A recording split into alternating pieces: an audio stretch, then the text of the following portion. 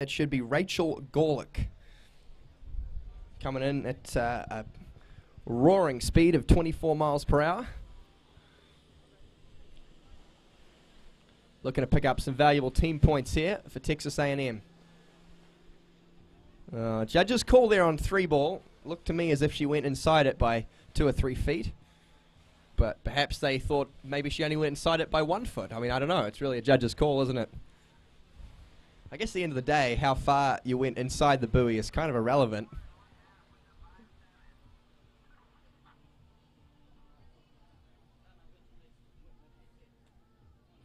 But I guess we'll tally up some of the mini-course points and end up with a score through.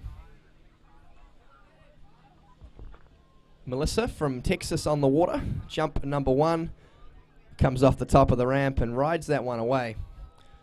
So yeah, of course, as I mentioned earlier, the first national championships where we've utilized the mini-course was brought in early this season. It's been, I think, a great tool for helping beginners get some enjoyment out of tournaments.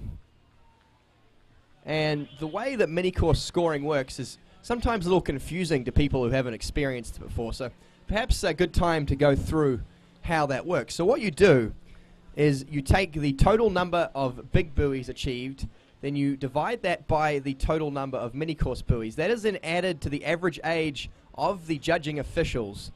We then add to that the number of spanners in a SID Chrome tool set and then divide it by the number with which the skier's home state was admitted to the union. That gives you your cumulative mini-course score. It's a little bit mathy, but we have a computer program up here that knocks it out in no time at all.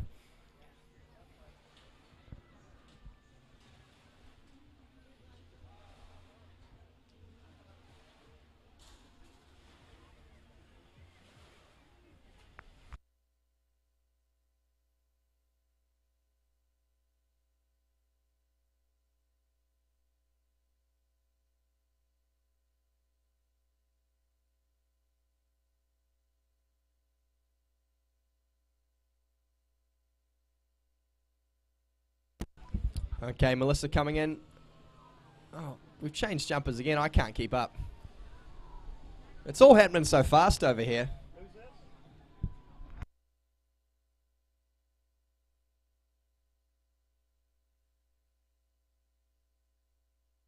Well, I'm confused as to who's jumping, but I know who this is slaloming. This is Hannah Gift Basket Gaharan of San Diego State on the water, opening up at 30 miles per hour, 15 off. She's a senior competing in her last ever national championships and looking to pull out some scores across all 3 events as Hannah.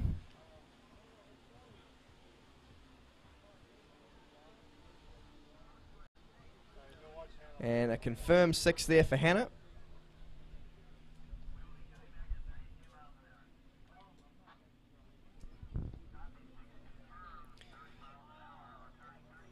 A very pretty and technically proficient skier, and isn't bad at slaloming either.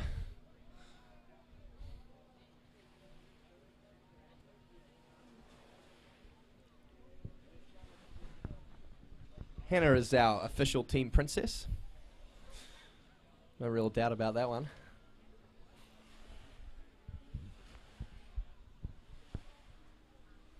And great news for us, we've recently doubled the amount of Gaharans on our team.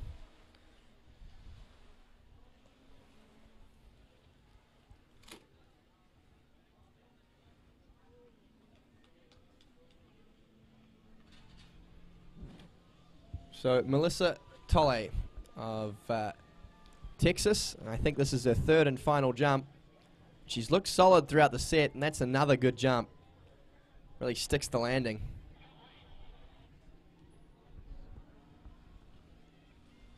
And you can tell we're at nationals and not just some backyard sort of regular collegiate tournament, because we've only been jumping for about 2 hours and we've already had like lots of people land. Just unheard of in the West Coast, at least. I mean, usually it's at least 10 a.m. before someone lands a jump. Hannah Gaharan there, completing 32 miles an hour as well. She's usually pretty consistent to run these first 2 classes. 34 things start to get a little trickier for her. She can run it, but it's not easy work out there. But conditions absolutely perfect. Not a breath of wind to speak of.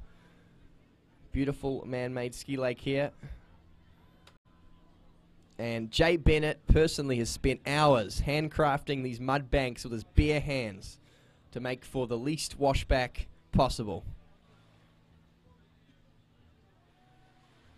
And if you get up the crack of dawn, you'll see him down on his hands and knees rolling around the mud, just smoothing out any spot he sees where there might be some potential for bounce back. Hannah Gahara now, 34 miles per hour, 15 off.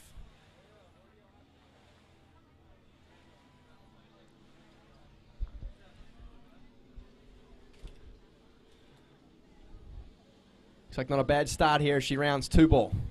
Can she get herself through this pass? Little unstuck into 3, but she's still in with a fighting chance there. She comes around 4 now. She's down course in a spot of bother Hannah. She's going to have to dig deep, and that is not something that Hannah actually has in her set of skills. So 4 buoys at 34 miles per hour. Solid score. And there's one thing Hannah's not, and that's scrappy. When the going gets tough, Hannah gets going, and by gets going, I mean back to the dock. So 4 buoys at 34 miles per hour. The distance coming through 38 feet on jump number 1 for who must be Abby Shower of lacrosse. This is what I want to know. University of Wisconsin lacrosse. Obviously it's in a town called La Crosse. Is that the town where lacrosse was invented? Because I know with rugby there's a town in England, and that's where rugby was invented. So I wonder if it's a similar story with lacrosse. I've never really understood lacrosse. I actually thought it was kind of just sort of like Quidditch or something like that. They'd run around on broomsticks or something.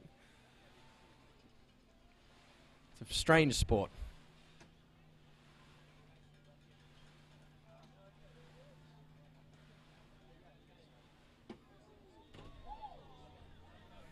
Well, here she comes in for jump number 2, though. Can she go just a little bit further? Looks solid again. Sticks the landing. I think that's going to be our first 40-footer of the morning. That's a big milestone, too, in jump, I know. Breaking that 40-foot barrier for the first time. Then you get to join the 40-foot club.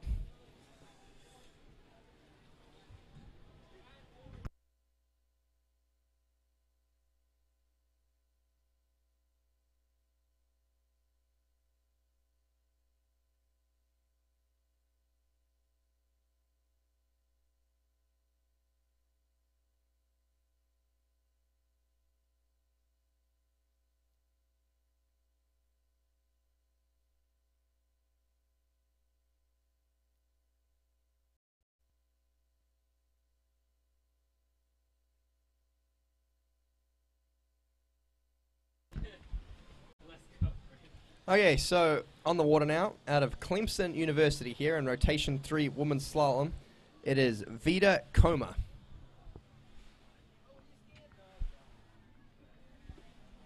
Sam's going to try to find us someone for women's 5th, men's 1st. And very comfortable there on pass number 1 is Vida, the Clemson Tigers. Very strong in the women's slalom event. And it's going to be a hot battle, I think, for 6th place, which is the real winner of this tournament.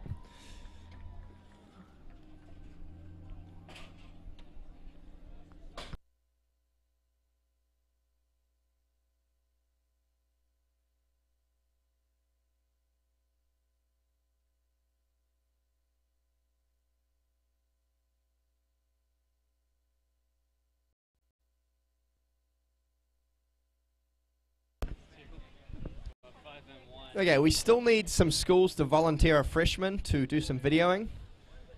We need a volunteer for women's round 5, men's round 1, short video. That means you get to hang out upstairs here with me and Kelvin. We're a pretty fun duo to hang out with. We also need volunteers for men's 2nd through 3rd round slalom.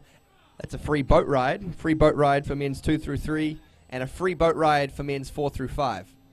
Maybe you're someone's mum. You came down to watch your kids ski for the week. We're giving you the opportunity to watch your kids